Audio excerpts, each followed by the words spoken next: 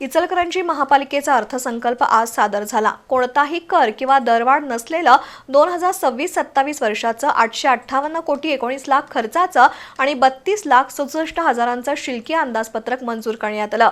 शहराच्या सर्वांगीण विकासासाठी उपयुक्त आणि दिशादर्शक असा हा अर्थसंकल्प असल्याचं महापौर उदय धातुंडे यांनी सांगितलं। इचलकरंजी महापालिकेची आज अर्थसंकल्पीय सभा झाली। स्थायी सभापती सतीश मुळीक यांनी महापौर उदय धातुंडे यांच्याकडे अर्थसंकल्प सादर केला। कोणताही फुगवटा न दाखवता वास्तववादी अर्थसंकल्प मांडल्याचं मुख्य लेखा आणि वित्त अधिकारी विकास खोळपे यांनी सांगितलं। शासकीय अनुदानावरच अर्थसंकल्पाची मदार आहे, त्यामुळे सर्व सदस्यांनी शासनाकडून अधिकाधिक निधी खेचून आणण्यासाठी प्रयत्न करण्याबाबत त्यांनी सुचवलं।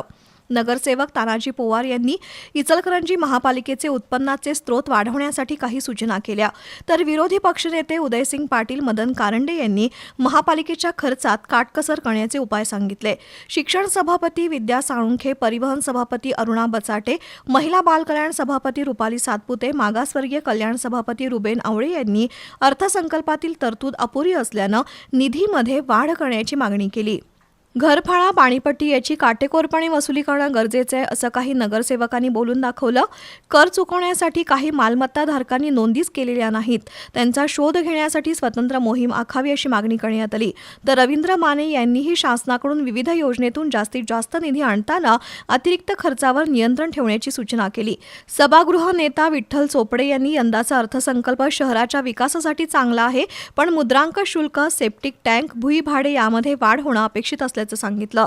महापालिकेच्या शॉपिंग सेंटरमधून वर्षाला केवळ 19 लाख रुपये उत्पन्न मिळतं। उत्पन्न वाढवण्यासाठी त्या ठिकाणी नवीन शॉपिंग सेंटर बांधण्यासाठीचा प्रस्ताव शासनाकडे पाठवण्याची सूचना त्यांनी केली।